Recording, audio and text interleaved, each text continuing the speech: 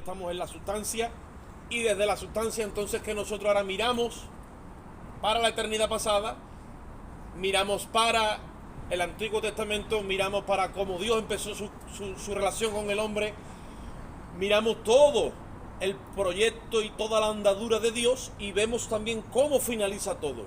Y contra más Dios nos expanda el entendimiento con su luz, seremos capaces en nuestra capacidad mental de percibir todo el diseño de Dios.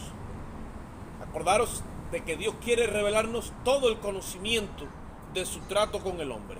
Y eso empieza en la eternidad y acaba en la eternidad. ¿De acuerdo? ¿Me estáis siguiendo más o menos, verdad? Dios es eterno, su dimensión es la eternidad, pero ha abierto un periodo o ha abierto un espacio de tiempo para tratar con el hombre. Ese periodo que el Dios ha abierto, digamos en paréntesis, está dividido en 7 periodos de 1000 años. Lo que para Dios es un día, para nosotros aquí son 1000 años. Y el trato de Dios con el hombre va a ser en 7 periodos, 6 días de Dios, y el 7º día, que es el 7º milenio, Dios va a descansar juntamente ya con su iglesia, porque ya se ha entendido con ella a través de la justicia y ahí empieza lo que es Dios, el reino milenial. ¿De acuerdo? Pero tenemos que tener esto continuamente presente. No podemos perder de vista el diseño de Dios, porque nos perdemos. ¿Entendéis? Bien, yo voy a pediros que ustedes abráis la Biblia conmigo en el libro de Levítico, en el capítulo 16. Levítico 16. Y vamos a ver cómo fue instituido el día de la expiación. Y vamos a ver después en el libro de Mateo cómo eso ya es trasladado a Cristo. Levítico, que ustedes saben que es un libro tremendamente ceremonial. Levítico trata con todas las leyes y ceremonias que tenían que cumplir la tribu de Leví, que eran los que estaban encargados de todo el trato con el templo y con los utensilios del templo y con los sacrificios por los pecados y con las ofrendas. Eso lo hacía la tribu de Leví. Ustedes lo sabéis, ¿verdad? La tribu de Leví fue la tribu que de las 12 tribus Dios la consagró al sacerdocio, ¿vale? Que tampoco fue desde el minuto 1, sino eso fue una movida que hubo en Israel, y cuando hubo aquella sublevación de Coré, fue la tribu de Leví la que se atrevió, en el celo que sintieron por las cosas de Dios, a matar a sus hermanos. Y ese día ellos se consagraron como la tribu sacerdotal de Dios. Esta gente son los que me van a servir a mí como sacerdote, porque se han atrevido a hacer división, ¿vale?, entre la sangre, y me han puesto a mí primero. Leví se consagró desde ese día y fue la tribu que Dios escogió para el trato de las cosas santas. De ahí vino la línea sacerdotal también, ¿vale? Aarón y sus descendientes, ustedes saben todo eso. Moisés era hermano de Aarón y Miriam era hermana de Moisés y de Aarón. Eran todos descendientes de la tribu de Leví, ¿de acuerdo? Pero hubo un día que Dios lo consagró a la expiación. Ese era el día de la expiación. Era un día festivo, ¿vale? Y de ese día es que nosotros vamos a ver ahora qué es lo que hacía el sumo sacerdote Aarón, que todo era símbolo de lo que había de venir, pero en aquel tiempo estaba escondido en la simbología de la figura y la sombra. ¿De acuerdo? Vamos a hablar. Vamos a verlo. Levítico capítulo 16, versículo 1. Dice la palabra de Dios así: habló Jehová a Moisés después de la muerte de los hijos de Aarón, cuando se acercaron delante de Jehová y murieron. Oye, eso lo que es coger las cosas de Dios a la ligera, que en aquel tiempo la cogían a la ligera alguno que otro, y el juicio era la muerte. Dice: Jehová dijo a Moisés: di a Aarón tu hermano que no en todo tiempo entre en el santuario detrás del velo, delante del propiciatorio que está sobre el arca, para que no muera. Porque yo apareceré en la nube sobre el propiciatorio. Con esto entrará Aarón en el santuario con un becerro para la expiación y un carnero para el holocausto. Se vestirá la túnica santa de lino, sobre su cuerpo tendrá calzoncillos de lino, y se ceñirá el cinto de lino, y la mitra de lino se cubrirá. Sabéis que el lino simboliza las acciones justas de los santos. Por eso que es muy difícil acercarse a Dios, a un Dios que es justo y es santo de cualquier manera. y todo ese vestimenta de lino que tenía que llevar el sacerdote, hasta los calzoncillos de lino, ¿vale?, atestigua de que a Dios no nos podemos arrimar en nuestras obras ni nuestra justicia, sino hay que hacerlo en base a la obra de Cristo y la justicia de Cristo. Y lo que tú le quieras ofrendar a Dios en este tiempo que ya estás en Cristo, todo tiene que ser a través del sacrificio. Todos los sacrificios, los holocaustos, las ofrendas, todo lo que tú quieras hacer en un segundo orden, está todo metido en el sacrificio de Cristo. Si en el sacrificio de Cristo, que es la cruz y es la puerta, no hay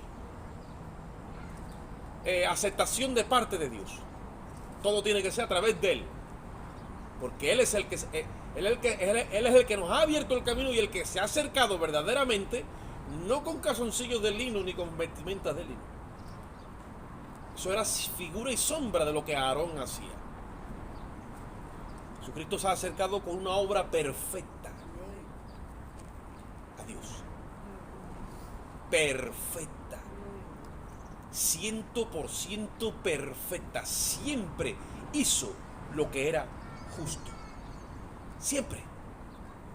Así que Jesucristo está vestido de lino desde los pies hasta la cabeza. Acordaros cuando hablamos de David el domingo pasado, que iba todo aquel cortejo y él era rey, se quitó las vestimentas de rey. ¿De qué se vistió? De lino entero, como un sacerdote más, para cantar y danzar delante del arca de Jehová. Y dice que así se tenía que vestir a Aarón. Y dice, versículo 5, y de la congregación de los hijos de Israel tomará 2 machos cabríos para la expiación y un carnero para el holocausto. Y hará traer a Aarón el becerro de la expiación que es suyo, y hará reconciliación por sí y por su casa. Para que ustedes vean la importancia que Dios le da a cada creyente y a su casa. Tenemos que estar continuamente ofreciendo a Dios ruegos, súplicas y oraciones por nuestra casa, nuestro cónyuge, nuestros hijos. Primera línea. Después ya lo que viene después. Continuamente hay que estar ahí, metido en Cristo, ofreciendo. Eso tiene que estar ahí. ¿Entendéis? Porque Dios nos ve como sacerdotes del nuevo pacto. Y el sacerdote del nuevo pacto es responsable de lo que origina su familia, sea bueno o sea malo. Nuestras familias que no conocen al Señor no son perfectas. Incluso muchas veces tenemos cónyuges que no son convertidos. Tenemos hijos que no son conversos. Y hay que saber hacer ahí una distinción. Pero continuamente hay que estar ahí, delante de la presencia de Dios. Si queremos que Dios siga tratando con nosotros como hijos de Dios y como sacerdotes y como ministros del nuevo pacto. Así se presentaba Aarón una vez al año. Dice, dile a tu hermano que no se presente delante de mí de cualquier manera. No puede atravesar el velo, el último, no, solamente será una vez al año, el día de la expiación. Y viene buscando perdón para él, para su casa y para toda la nación. Eso es lo que los judíos hoy día le llaman el día de perdón, el día de Yom Kippur. Es el día de la expiación. Ahora, llegaba entonces a Aarón, ofrecía un sacerdote por ahí por su casa, y después llegaba con 2 machos cabríos. Versículo 7, después tomará 2 machos cabríos y los presentará delante de Jehová a la puerta del tabernáculo de reunión. O sea, iba afuera y todo el pueblo lo estaba viendo. Y dice, y echará suertes a Aarón sobre los 2 machos. Eran iguales, 2 machos cabríos. Uno por Jehová y otra suerte por Azazel. Y hará traer a Aarón el macho cabrio sobre el cual cayere la suerte de Jehová y lo ofrecerá en expiación. O sea, a él se lo degollaban y lo mataban. Y su sangre era introducida en el templo. Y dice, mas el macho cabrio sobre el que cayere la suerte por Azazel, lo presentará vivo delante de Jehová para hacer la reconciliación sobre él, para enviarlo a Azazel al desierto. Y hará traer a Aarón el becerro, que era para expiación suya, y lo hará la reconciliación por sí, por su casa, y degollará en expiación el becerro suyo. Ahora dice, después tomará el incensario lleno de brasas de fuego del altar de delante de Jehová, y sus puños llenos de perfume aromático lo tirarán. Eso era como perfume aromático molido, lo tiraban en el altar del incienso, se formaba una pelota de humo allí, de humo de olor grato, ¿vale? Y pondrá el perfume sobre el fuego delante de Jehová, y la nube de perfume cubrirá todo el propiciatorio. Y hará que está sobre el testimonio para que no muera.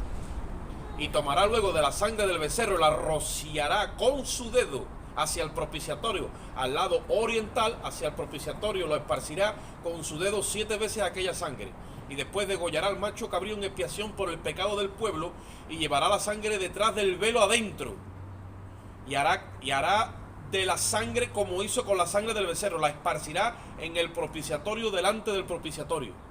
Y así purificará el santuario a causa de las impurezas de los hijos de Israel, y de sus rebeliones, y de todos sus pecados, de la misma manera que hará también al tabernáculo de reunión, el cual reside entre ellos en medio de sus impurezas. Ningún hombre estará en el tabernáculo de reunión cuando él entre a hacer la expiación en el santuario, hasta que él salga y haya hecho la expiación por sí, por su casa y por toda la congregación de Israel. Y saldrá el altar que está delante de Jehová, saldrá el altar de afuera, y lo expiará, y tomará la sangre del becerro, de la sangre del macho cabrío, y lo pondrá sobre los cuernos del altar alrededor, y esparcirá sobre él toda la sangre con su dedo 7 veces, lo limpiará, lo santificará de las inmundicias de los hijos de Israel.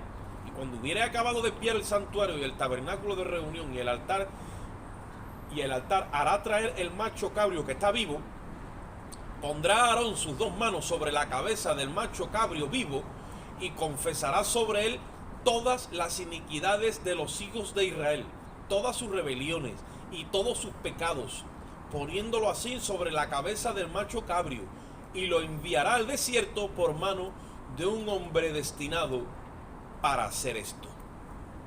El macho cabrio llevará sobre sí todas las iniquidades de ellos a tierra inhabitada, y dejará ahí el macho cabrio por el desierto. Vamos a dejarlo ahí. Todo esto que he leído, que ya al final de un poco más rápido, yo quiero que ustedes sepáis que es figura y sombra de lo que Cristo hizo. Él limpió y purificó el tabernáculo con su propia sangre. Y toda esa transferencia que Aarón hacía cuando le ponía las manos al otro macho cabrio, porque uno simboliza que la sangre de Cristo redime al pueblo de sus pecados, y el otro, que es el que han confesado los pecados sobre él y se han sido transferidos por medio de una imposición de manos. Dicho sea de paso, vamos a entender ya que hay que tener cuidado cuando imponemos las manos, porque imposición de manos significa transferencia. Por eso no hay que hacerlo con ligereza, hay que ser dirigido por el Espíritu. Y cuando ese macho cabrio llevaba todos los pecados del pueblo, dice que era llevado a una tierra inhabitada, donde la mente de Dios jamás y nunca va a llegar nunca más a recordar el pecado del pueblo. Una tierra inhabitada. Todo eso lo hizo, lo ganó para nosotros nuestro bendito Rey y Salvador, el Señor Jesucristo. Pero hemos visto la sombra. Todo esto era puro protocolo, puro rito.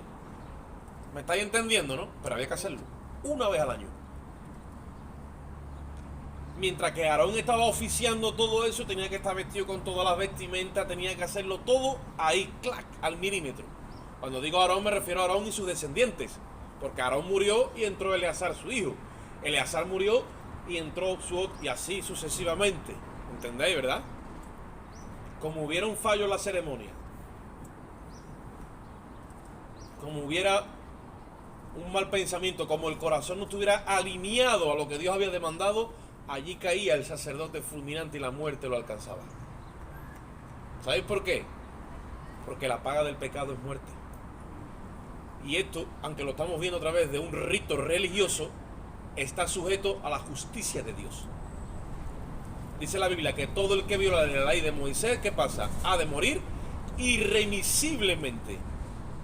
Y nosotros estamos ministrando el Evangelio de Jesucristo desde un prisma jurídico, para que entendamos bien que Dios no es religión, sino que Dios es justicia. Y ahí es donde tenemos que nosotros, como creyentes en esta hora, que Dios nos habilite a entender su obra, no solamente en una mentalidad religiosa aarónica que tiene que ver con el perdón de los pecados. No, es a una mentalidad de Melquisedec que tiene que ver con un orden jurídico. para que nosotros entendamos que Jesús tuvo que hacer un sacrificio que se sujetó a la justicia de Dios. Por eso que hubo ese derramamiento de sangre y ese castigo tan letal sobre su persona. Porque no es religión, ni religiosidad, ni rito lo que pasó en el Calvario. Fue pura justicia. Entonces, si llevamos esto a la teología bíblica, lo vamos a explicar de otra forma. En 4 pasos. La santidad de Dios, porque Dios es santo. ¿Sabéis eso? En su carácter, en su sustancia. O sea, Él intrínsecamente es santo, pero también es justo. Dice la Biblia que justicia y juicio son el cimiento de su trono. O sea, Él está sentado en un trono que está macizo, pero de justicia y de juicio. A Él lo domina su propio carácter. Él es justo y Él es santo. Entonces, la santidad de Dios es absoluta pureza moral. Pero como el hombre ha violado esa santidad y esa justicia, el hombre ha entrado en una naturaleza pecaminosa. Entonces lo vamos a discutir en el siguiente orden: santidad, naturaleza pecaminosa, ira de Dios y expiación. Dios es santo y quiere tener un trato con el hombre en santidad. ¿De acuerdo? Pero el hombre no se sujeta a esos parámetros. ¿Qué hace el hombre? El hombre viola la justicia y la moral de Dios.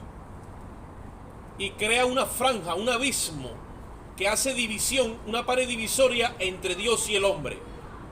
Primera de Juan capítulo 3 versículo 4 dice que pecado es infracción de la ley. Y todo lo que es infracción de la ley, eso es pecado. El profeta Isaías dijo: vuestras rebeliones, vuestras iniquidades son las que han hecho división entre ustedes y Dios. O sea, entre ustedes y mí. ¿Qué es lo que sucede? Se le ha hecho violencia a la ley santa y moral de Dios. En nuestro pecado hemos ofendido a Dios y hemos creado una pared divisoria. El carácter de Dios ha sido violentado. ¿Y qué es lo que sucede? Que la divinidad de Dios ha sido tratada en ese orden, y entonces Dios, a través de verse quebrantado en su palabra, reacciona con ira y juicio hacia todo aquel que cuestiona su honor y su dignidad. No sé si me he explicado correctamente. Entonces tenemos santidad de Dios, tenemos el comportamiento del hombre que es una naturaleza pecaminosa hacia esa dignidad que Dios demanda y merece, y entonces tenemos la tercera aspecto, que es que Dios reacciona con una ira y con un juicio hacia todo aquel que no respeta su honor y su dignidad. Santidad, pecado o pecaminosidad, viene entonces la ira de Dios y el castigo, porque Dios es juicio. Y todo esto se resuelve ¿cómo? Con la expiación. La expiación es la respuesta del mismo Dios a su ira y al pecado del hombre. Y todo se resuelve ¿dónde? En la cruz del Calvario. Pero hoy estoy intentando de dar un enfoque judicial. La Biblia dice que no tendrá Dios por inocente al culpable. ¿Sí o no?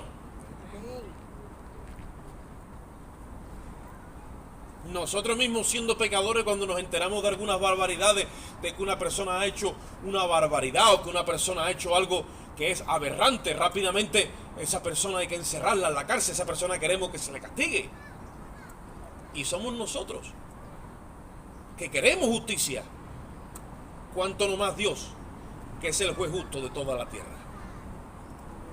La gente, no sé si es por tradición o por cultura o por falta de conocimiento, tiene la imagen de un Dios bueno ahí arriba puesto, como un osito de peluche, que es bueno, y tan bueno, que es tonto, y que va a permitir toda la iniquidad y toda la rebelión que al hombre le dé la gana, pero que el hombre al final, como Dios es bueno, el hombre al final llega a entrar en la presencia de Dios.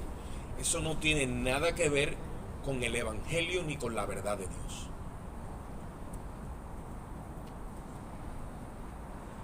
A Jesucristo se le ha aplicado el peso máximo que la ley demandaba por causa del pecado. Jesucristo ha pasado como el delincuente más grande que ha habido en esta tierra, como el asesino más grande, como el ladrón más grande, como el pecador más grande. Ha pasado Jesucristo porque se ha sujetado a la línea de justicia que Dios demandaba.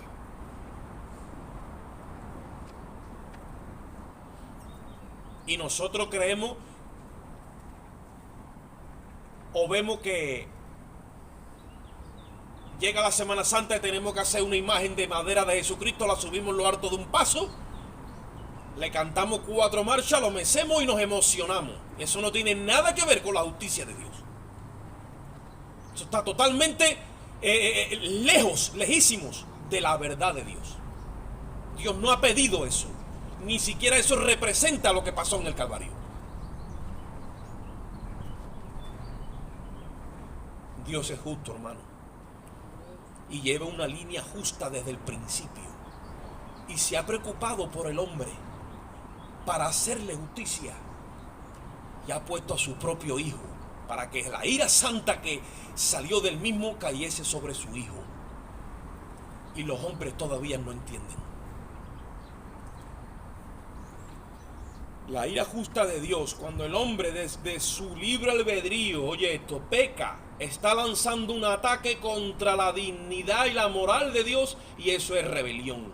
Cuando el hombre decide voluntariamente vivir su propia vida dependiente de Dios e independiente, y escoge su propia voluntad y no la de Dios, Dios está recogiendo un mensaje arriba de que esa persona está en rebeldía y en rebelión contra Dios. Y Dios no puede permitir que su honor y su trono sea atacado. En su santidad, Dios reacciona con violencia, que es ira santa contra el pecado. ¿Cómo lo hace? A través del juicio. Por eso es que nosotros tenemos que aprender y le tenemos que dar a otros a conocer que lo que pasó en la cruz del Calvario hace 2000 años es un juicio, lo que se celebró allí, y la ejecución de un juicio justo, porque no fue injusto, fue justo.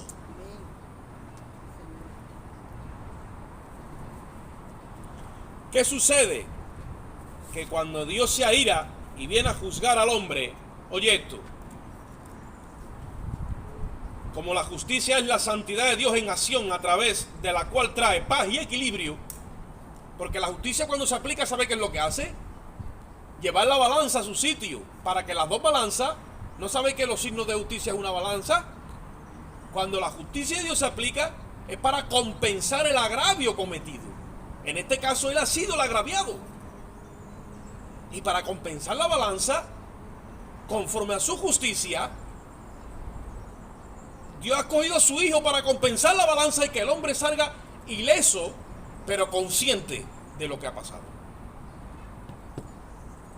Y los hombres no entienden el juicio de Dios. Esta reacción de Dios en el Calvario, al no entender nosotros que es Dios juzgando al ser humano a través de su hijo, ha provocado en el ser humano, oye esto, una reacción, ¿vale? Donde cree que Dios no sea, porque ¿qué es lo que sucede? Que Dios el juicio no lo ha traído de momento, porque Dios es un Dios que es grande en misericordia, lento para la ira.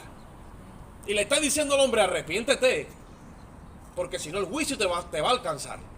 Y ahí empieza Dios en su longanimidad. ¿Sabéis lo que es la longanimidad, no? Ese andar despacio, porque quiere que el hombre se refugie en Cristo.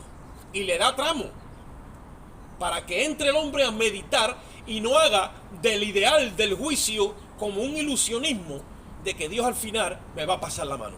Ese no es Dios. Dios es otra cosa. Entonces, Dios le da al hombre eso. No es automático el juicio, le da y no se apresura a destruir la obra de sus manos. Jeremías 31:3. Dios demora el castigo con la esperanza de que su bondad lo conduzca al hombre al arrepentimiento. Dice Romanos 2:5. ¿No sabes tú, hombre, que su bondad y longanimidad te guían al arrepentimiento? Dios te da tiempo, pero para que medites en estas cosas. Pero el hombre malinterpreta erróneamente esa paciencia que Dios tiene con él. Yo no sé si yo llego a expresarme hoy, pero yo necesito que ustedes me entiendan. Cuando el hombre malinterpreta esa longanimidad erróneamente y las demoras de Dios, que le está dando como unos plazos divinos para que se arrepienta, llega un momento que se acaban los plazos. Si no, díselo al banco cuando tú no pagas, ¿ve qué hace? ¿Qué pasa? Que el hombre se burla del ideal del castigo. Se cree que esto es broma. Y entonces se establecen como unos argumentos en la mentalidad de las personas, incluso en los que dicen que le conocen. Los que no creían en la ira santa o en la justicia de Dios, se llevaron la sorpresa, oye esto, cuando Dios juzgó a su propio Hijo en el Calvario.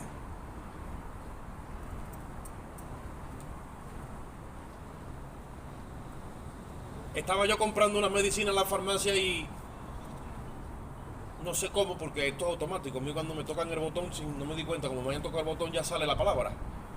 Y allí alguien habló, yo no sé qué empecé, y yo dije, pero Dios es un Dios justo y es santo. Y la que estaba en el mostrador no pudo remediarlo. Digo, Dios es bueno. Y digo, sí, pero es justo. Pero Dios es bueno. Digo, pero es justo.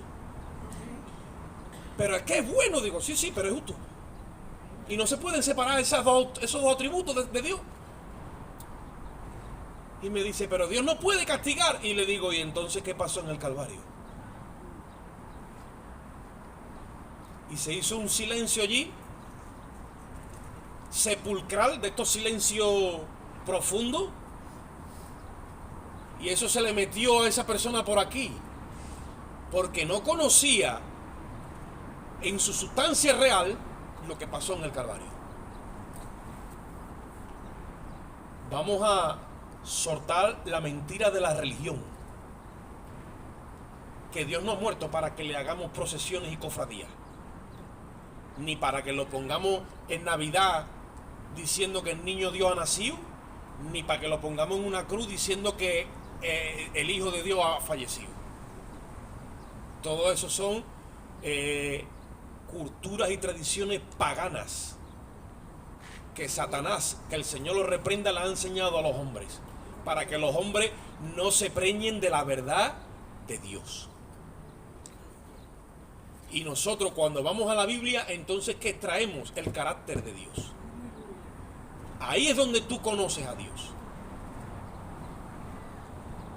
Le dice Jeremías al pueblo de Israel, no se alabe el valiente en su valentía, ni se alabe el rico en su riqueza, ni se alabe el sabio en su sabiduría. El que quiera alabarse, que se alabe en esto, en conocerme y entenderme a mí, que yo hago juicio y justicia, pero que también hago misericordia a millares. ¿Cómo es eso? Entendiendo lo que pasó en la cruz. Y ese es el orden de Dios. Santidad, pecaminosidad. Cuando hay pecaminosidad, sale el fuego, la justicia de Dios a consumir todo lo que no sea santo, y de momento aparece la expiación. Aparece la cubierta de Dios. Aparece esa amortiguación de Dios que sucedió en la cruz del Calvario. Así que no piense nadie en esta hora que puede tener cubierta delante de Dios sin estar metido por la cruz. Porque para entrar a Dios hay que entrar por la cruz. Jesús dijo, todos los que vinieron antes de mí, salteadores y ladrones son. ¿Por qué? Porque yo soy el buen pastor, y el buen pastor su vida da por las ovejas. Y yo soy la puerta, porque no había puerta. Por eso que todos tuvieron que saltar. ¿O no? ¿Para qué están las puertas en las casas? ¿Para que la gente salte por la tapia o entre por la ventana? Hay que entrar por la puerta. Claro, para entrar por la puerta hay que llamar timbre o hay que aporrear. y te tiene que abrir el portero. Y el portero, que es la ley de Dios, que es santa y justa, al único que la ha abierto se llama Jesucristo, el Hijo de Dios. Por eso él dice: yo soy la puerta y el que por mí entrare será salvo. Y el que quiera entrar a la justicia legal de Dios tiene que venir a la cruz. No hay justicia sin la cruz. No hay justicia. Tú te puedes inventar una justicia, tú puedes llenarte de argumentos. No hay justicia. Dice la Biblia que Adán y Eva estaban en el Edén. ¿Y los cubría qué? La gloria de Dios. Dice que estaban desnudos y no se avergonzaban. Por eso que hay teólogos que dicen que esa desnudez estaba cubierta con la gloria de Dios. Porque cuando ellos pecan dice que son destituidos ¿de qué? De la gloria de Dios. Y entonces ya cuando la gloria de Dios les fue arrancada, porque claro, eso es lo mismo que el hombre en su inocencia. El hombre en su inocencia está cubierto ¿de qué? De la gloria de Dios. Ahí está mi Danielito, lleno de la gloria de Dios. Tú lo desnudas y él se queda igual. ¿Por qué? Porque no se avergüenza, porque su mente está revestida de la inocencia de Dios, de esa justicia. Por eso tú ves que los niños van gradualmente ya sintiendo vergüenza. ¿Por qué? Porque ya van pecando, ya van haciendo lo que no deben y ya se le empieza a contaminar la conciencia, se empieza a difuminar la gloria de Dios y su conciencia se ve desnuda. Por eso es que lo traducen queriendo taparse. Eso le pasó a Adán y Eva.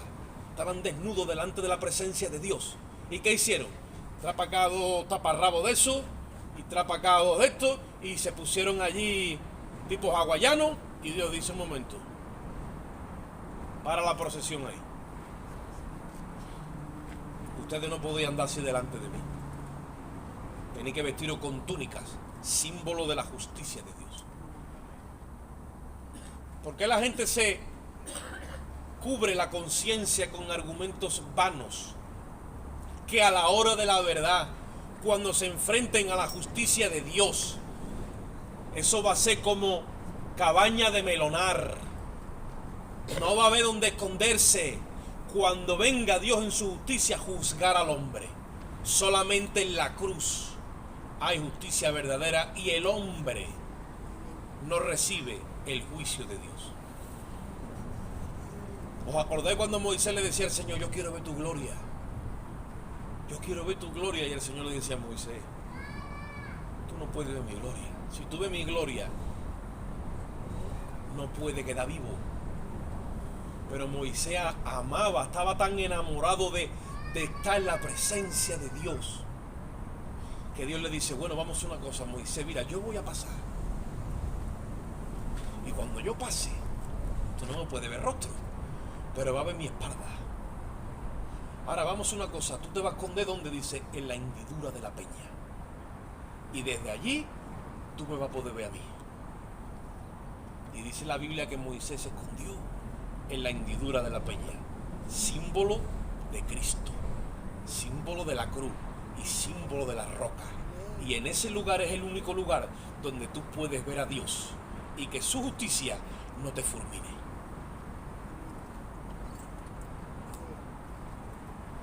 Pero si no es así, sácate de la mente todos los pájaros que pueda haber en tu mente, porque te aseguro que la justicia de Dios te alcanzará. Hebreos 9:27 dice que está establecido para los hombres que mueran una sola vez. Después de esto, ¿qué es? El juicio. A mí cuando me vienen con la reencarnación y con muchas historias, digo: tú te vas a morir una sola vez. Déjate de creerte que tú vas a tener mucha vida y que luego tú vas a poder ser. Déjate de pájaro. La escritura, una sola vez y después vas para el juicio. Y si vas sin la cubierta que es Cristo, prepárate. Porque aunque haya vivido aquí 3.500 años, en un solo minuto que estás en el infierno, se te va a hacer una eternidad al lado de los 3.500 años que estás haciendo lo que te ha dado la real gana, ofendiendo a Dios. Yo me acuerdo cuando yo no conocía al Señor, que yo decía: yo me voy a poner de todo hasta aquí y después que me quiten lo bailado. Esa era una de mis doctrinas. Ustedes saben que aquí somos un flamenco. Y cuando me cogió la malicia, y menos mal que no morí, gloria a Dios, Me cogió la malicia y no me soltaba. En 3 semanas estaba yo ya que no podía ni con mi alma. Me quitó lo bailado, lo taconeado, y lo bebido, y fumado, y todo. Lo que pasa es que uno, cuando uno es ignorante, qué de tonterías dice. Y tiene la cabeza llena de humo. Está uno vacío. Vamos un momentito a Mateo, que quiero enseñaros una cosa en cuanto a lo que es en la transferencia de sacerdocio. Mateo capítulo 3.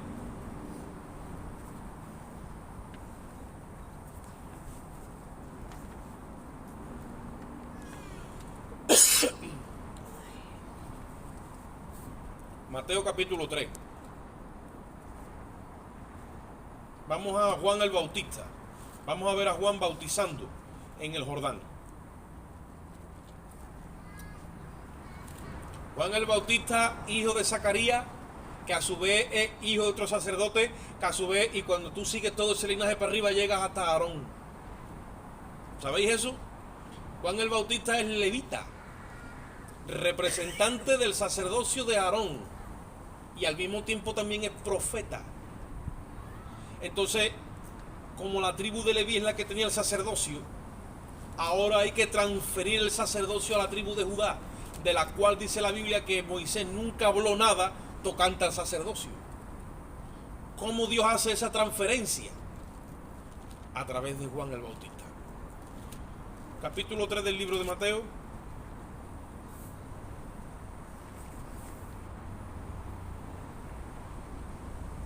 Versículo 13.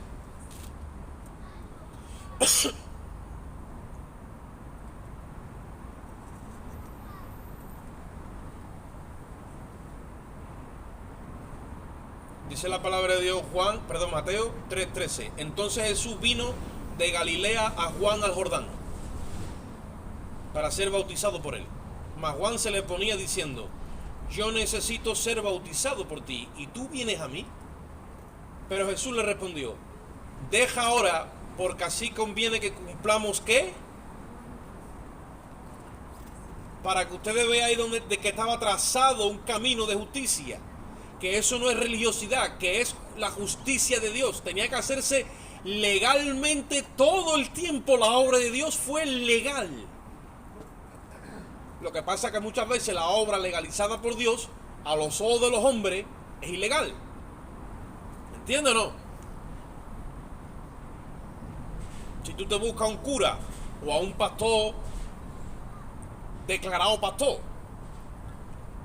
y pasa por ahí y dice: mira, esa gente, pastor, están ahí dando un culto, y ahí hay otro pastor con una congregación, con unos hermanos, y dice: esta gente son 4 gatos que están ahí debajo de un puente metidos, eso no es legal. Porque la mentalidad de los hombres, cuando se engrandecen en su religiosidad, la única legalidad es la ley de ellos. Y cuando Jesús aparece a los 30 años siendo un rabino judío, va a empezar su ministerio y necesita que alguien legalice su ministerio. Oye esto, no se va ni al templo de Jerusalén ni en busca de Anás ni de Caifás ni de nadie, sino que se va a Juan, hijo de Zacarías, que está en el desierto predicando la palabra de Dios y bautizando en el Jordán. Y Dios está haciendo una transferencia de sacerdocio, y el pueblo con la mente religiosa está metido con Anás y Caifás ofreciendo sacrificios de animales, y ya Dios hacía rato que estaba teniendo la revelación que iba a oficializarse todo en el Jordán, donde no había tanta gente, ni había cámaras, ni había fotos, ni había periodistas, ni había nada. Estaba el Espíritu de Dios para legalizar la obra de Dios.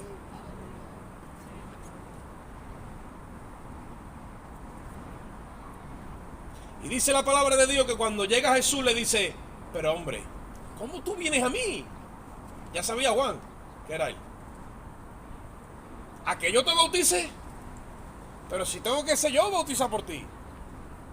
Y dice Jesús: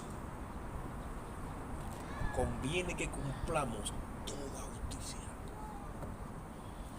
El Padre lo ha decretado así. Mira, Jesús sometiéndose a la justicia del Padre. No hizo nunca nada por motivación propia. No hizo nunca nada por impulso humano.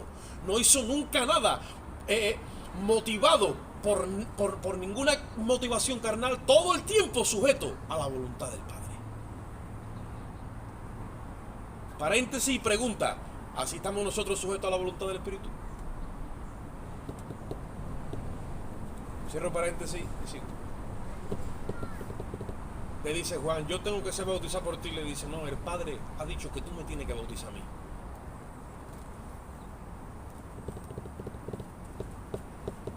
¿Sabéis qué es lo que hace Juan? Le pone la mano en la cabeza.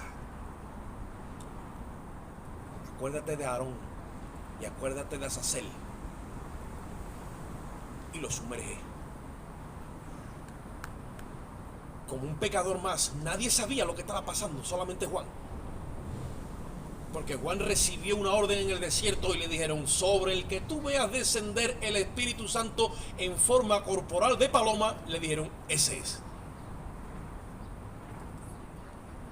Y cuando Juan le mete la cabeza a Jesús en el agua y lo bautiza, viene una paloma y se posa sobre él. Se abre el cielo y se oye una voz y dice: este es mi hijo amado, en él tengo complacencia.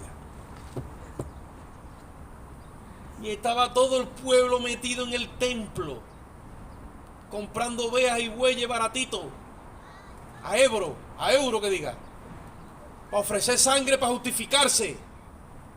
Y no habían escuchado ni un ápice de lo que había pasado en el Jordán. En el Jordán se había abierto el cielo, y los que estaban allí escucharon una voz que venía desde la divina providencia y dijo: este es. Allí no habría tanta gente. Como se suele decir, 4 gatos. Pero Dios estaba legalizando su obra y estaba transfiriendo el sacerdocio que venía en la línea de Aarón a Melquisedec a través de la tribu de Judá, porque Cristo es hijo de David, de la tribu de Judá. Y ahora Cristo está recibiendo, oye esto, porque ahí lo dice, ¿eh? Y Jesús, después de que fue bautizado, subió luego del agua, y he aquí que los cielos fueron abiertos, y vio el Espíritu Santo de Dios que descendía como paloma sobre él. Y hubo una voz en los cielos que decía: este es mi hijo amado, en quien tengo complacencia. Oye esto, versículo 4, versículo 1. Perdón, capítulo 4, versículo 1. Entonces Jesús fue llevado por el Espíritu, ¿a dónde? ¿A dónde dice que llevaban al otro Azazel? ¿Al otro macho cabrio? Ahí cayó la responsabilidad de Jesús del pecado de todos nosotros. Ahí la cogió. Ahí es donde empieza todo. El sacrificio de la cruz, oye esto,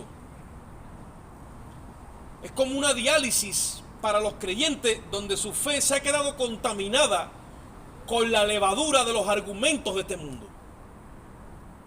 Y la sangre de Cristo limpia nuestras conciencias de obras muertas, y nuestra fe es sanada de toda levadura. Y cuando nosotros empezamos a entender la verdad de Dios, no conforme al orden de Aarón, que trae mucho rito. Por eso yo siempre procuro que cada vez esto tenga menos ritología, sea más sustancia. Lo único que haya es la sustancia. Aquí poco hay, poco mobiliario, una mesa, 4 sillas, porque aquí la sustancia que Dios está buscando en nosotros es que vivamos una vida por el Espíritu. No te vayas a meter en un salón donde te prediquen la palabra, oren por ti, y tú después el lunes sigas como citar cosas y creas que eso es lo que Dios quería que tú fueras al domingo de la misa o del culto de cumplimiento. Eso no vale para Dios. Te tiene Dios que arrojar sustancia a tu vida para que tú entres en un orden, no de Melquisedec, porque Melquisedec es justificación de los pecados a través de la sangre, sí, pero ¿y tu vida santa dónde queda? Dice primera de Juan: este Jesucristo es el que vino mediante agua y sangre. Dice, no mediante sangre simplemente, dice mediante agua y sangre. Los dos elementos, uno simboliza el perdón y la purificación de los pecados, pero ¿qué simboliza el agua? El agua simboliza la limpieza de nuestro carácter, nuestra conducta y nuestras actitudes, hasta el punto de que empezamos a reflejar la personalidad de Cristo.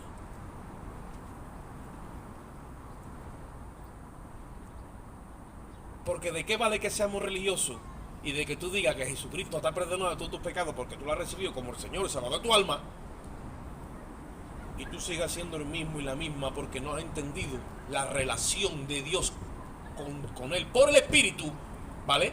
A través de un sacerdocio que ya no está tan ligado al rito, sino que está ligado a unas conductas de justicia.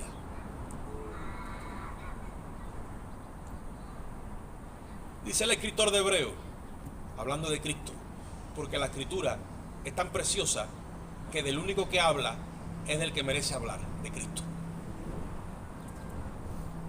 No abramos la escritura para hablar de nosotros, porque ya la dañamos. Ahora, si la abrimos para hablar de Él, es lo más precioso que hay, porque todo es en Él, por Él y para Él. Y dice el escritor de Hebreos, hablando de Cristo, dice: te ungió Dios, el Dios tuyo, porque amaste la justicia más que tus hermanos. Te ungió con óleo santo. Y Jesucristo entonces empieza su ministerio y dice: el Espíritu del Señor está sobre mí porque me ungió Dios, dice. Dicen los hermanos: no, hermano, yo tengo el Espíritu Santo. Claro, tú lo tienes porque te han sellado. Está dentro como un sello. Pero de esa unción no habla la Biblia, ni de ese sello.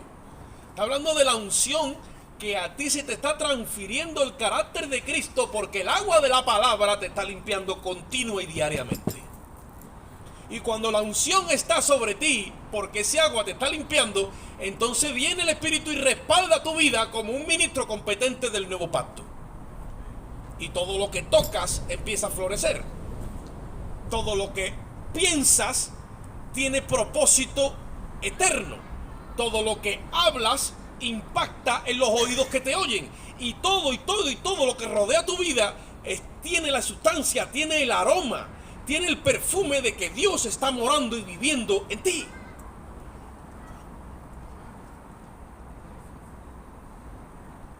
Aquel puñado de perfume aromático que tiraba el sacerdote sobre aquello que hacía una pelota de humo era símbolo de que la sangre de Cristo, cuando fuera vertida, eso va a correr por toda la historia de la humanidad y va a cubrir a cualquier persona antes o después de la cruz que venga a Dios a través del Hijo. Porque la sangre tiene carácter retroactivo y retrospectivo. La sangre cubre toda la historia del ser humano. Los que murieron en la antigüedad esperando y creyendo que vendría un redentor que los justificaría, todos murieron, pero están cubiertos y no fueron a condenación. Por eso cuando vino Cristo bajó a los infiernos y fue a verlos. Allí estaban en el seno de Abraham todos esperándole. Y los que hemos venido después de la cruz, ¿vale? Entonces hemos entrado también a Cristo, a Dios a través de Cristo, pero nos ha alcanzado también ese aroma, ese perfume que cubre, ¿vale?, toda la humanidad, que es la sangre de Cristo. Juan el Bautista transfiere el sacerdocio a Cristo de Leví a Judá y le deja a Cristo en su sacerdocio la responsabilidad de redimir a la nación y a toda la humanidad, haciéndole responsable de todos sus pecados y de su naturaleza pecaminosa. Porque el orden es santidad de Dios que ha sido quebrantada, pecaminosidad del hombre y juicio que viene, y cuando viene la expiación, Jesucristo se echa en sus hombros la responsabilidad de todos los pecados de todos los seres humanos, de dar cuentas delante de Dios.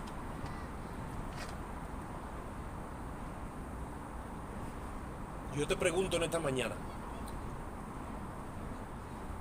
¿hay alguien más digno a quien seguir en tu vida? ¿Hay alguien más grande que Jesucristo? ¿Merece la pena vivir la vida de otra forma que no sea sirviéndole a Él? Con nuestros errores y con nuestros fallos. Pero es la vida más digna que existe. Es más, es la única vida que tiene sentido delante de Dios, la vida de Cristo. Como su sacerdocio es según Melquisedec, porque Melquisedec, acordaros que era una figura de Cristo que apareció cuando a Abraham se le apareció, lo sabéis, ¿verdad? Él era rey de Salem, ¿sabéis, verdad?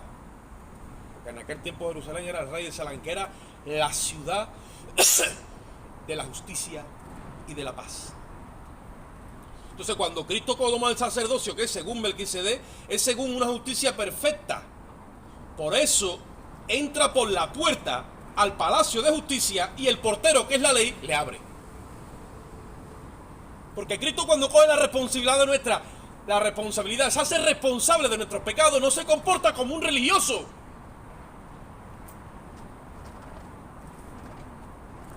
Cuando Cristo coge la responsabilidad nuestra, da la cara delante del Padre por ti.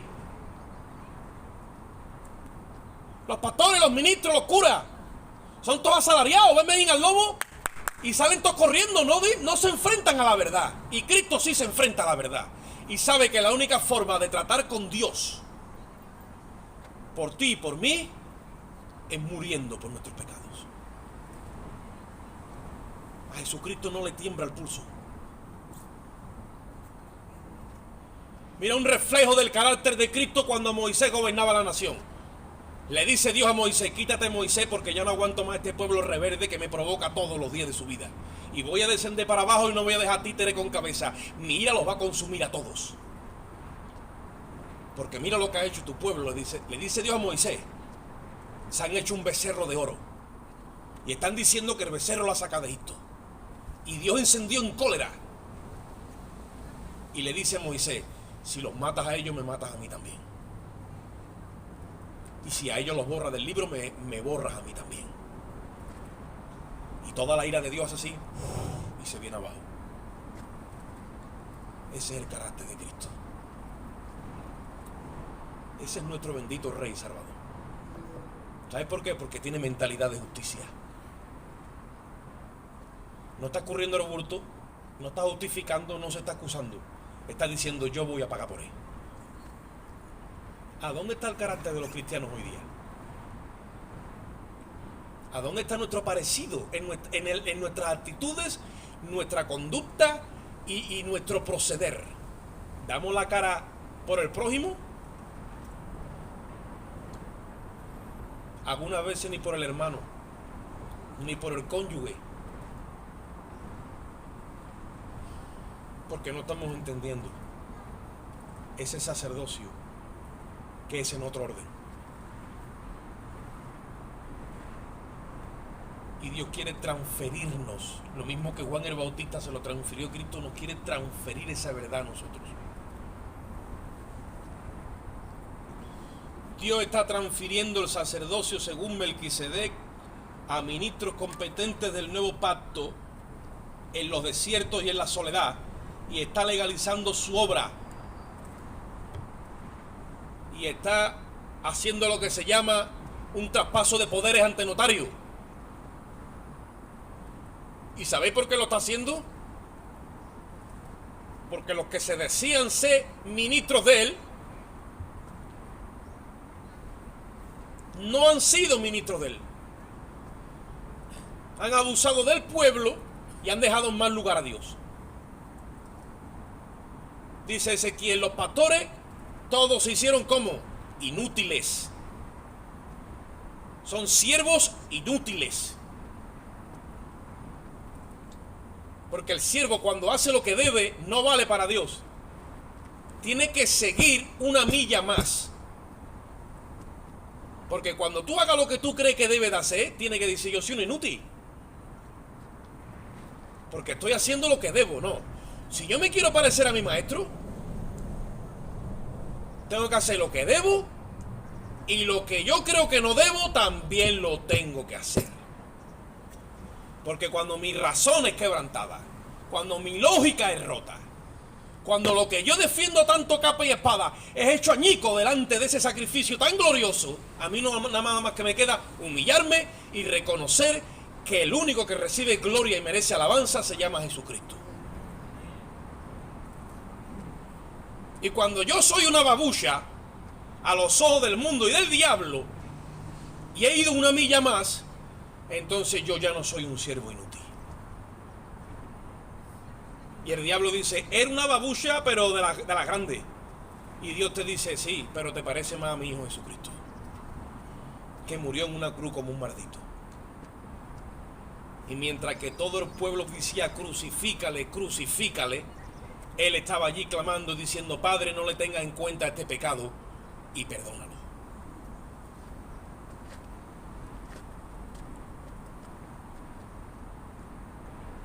Eso es lo que pasó. Y eso es lo que todavía nuestro corazón escupe y no queremos que se nos transfiera. Eso es una savia santa. La Biblia dice que si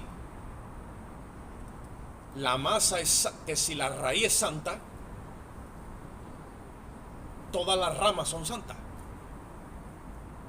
Y si nosotros, siendo ramas silvestres, en el olivo silvestre nos han arrancado y contra naturaleza nos han injertado en el buen olivo, ¿sí o no? Oye esto, la fe que Dios tiene en nosotros. Hablando del pueblo de Israel, porque ustedes saben, conoce esta escritura que la hemos hablado más de una vez en Romanos 11, dice: si ustedes, que sois ramas silvestres, está hablando de nosotros, habéis sido injertados contra naturaleza en el buen olivo, ¿cuánto no más ellos, refiriéndose a la nación de Israel? ¿Me entienden o no? Van a hacer la voluntad de Dios cuando sean injertados en su propio olivo. Y tú miras a Israel ahora y lo único que sabe hacer es coger y poner bomba y matar a palestinos y todo lo que se le arrima. Y Dios ha dicho: esa nación va a acabar haciendo lo que mi Hijo Jesucristo dijo que hiciera. Porque acordaros que también Él es su Dios y su Mesías y su Rey. Pero ahora Dios está tratando con nosotros, que tenemos que amar a los enemigos, que tenemos que entender lo que es la expiación, que la ira de Dios, el golpe, es como un pararrayo. ¿He visto alguna vez un rayo bajar y hay un pararrayo al lado y lo absorbe? Y donde va a caer el rayo ya no va para allá, sino que el pararrayo lo absorbe y lo amortigua, y el rayo viene al pararrayo y evita la catástrofe y la desastre. Y el golpe venía para toda la humanidad. Y Cristo lo absorbió en el Calvario.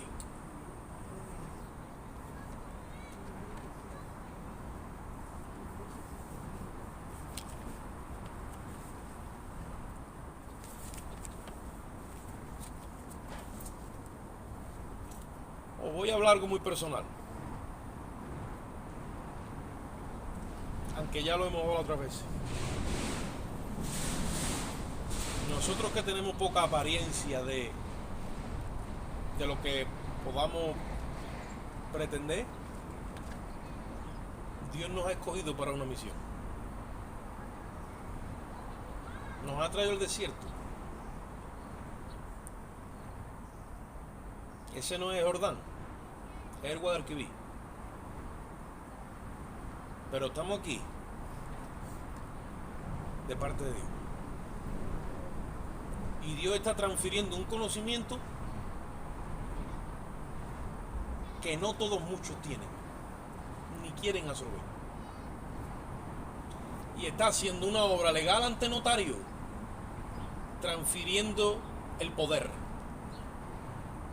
que Él tiene para su pueblo,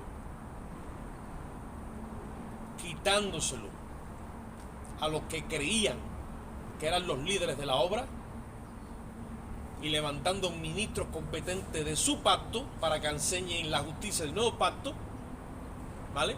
Levantándolos en la soledad y transfiriéndoles este conocimiento. Y el único que hace legal esa obra es el Espíritu Santo de Dios. Por eso que esta palabra se te tiene a ti que meter en el corazón, y Dios tiene que testificar de ella en tu espíritu para que tú sepas que es Dios el que está haciendo esto. Tiene que haber corroboración del espíritu. Porque no todos tienen el conocimiento ni la capacidad de expresar lo que pasó en el Calvario.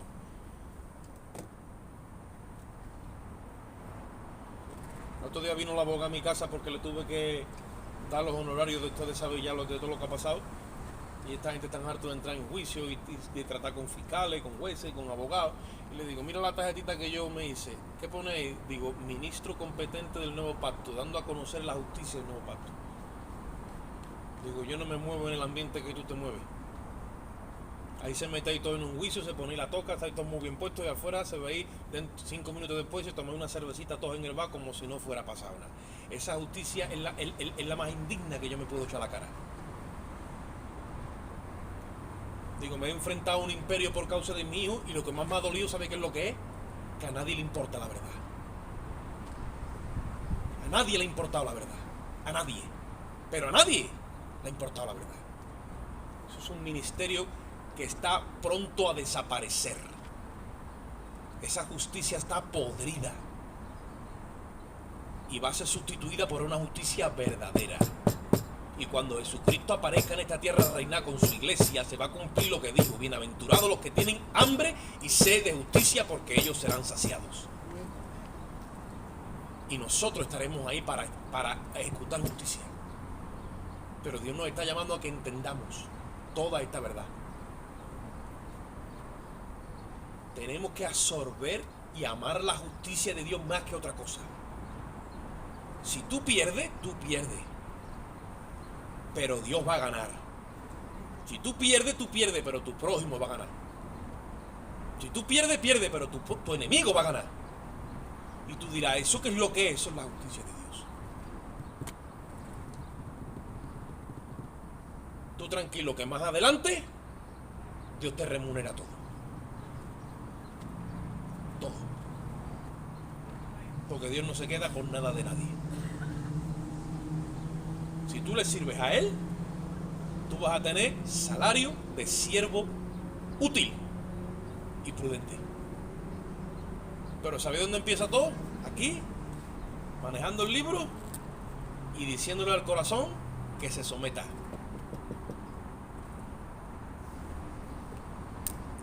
Hablaba yo con un hermano y me dice: hermano, entiendo perfectamente todo lo que tú me dices. ¿Pero sabes lo que pasa?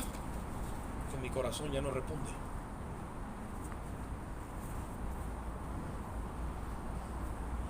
Y yo lo agarro y le hago la llave 4 y me lo llevo secuestrado, y cuando menos me di cuenta ya me ha hecho él a mí la llave 6 y ya me tiene otra vez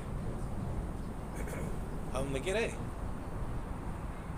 La Biblia dice: si vuestro corazón no reprende, mayor es Dios.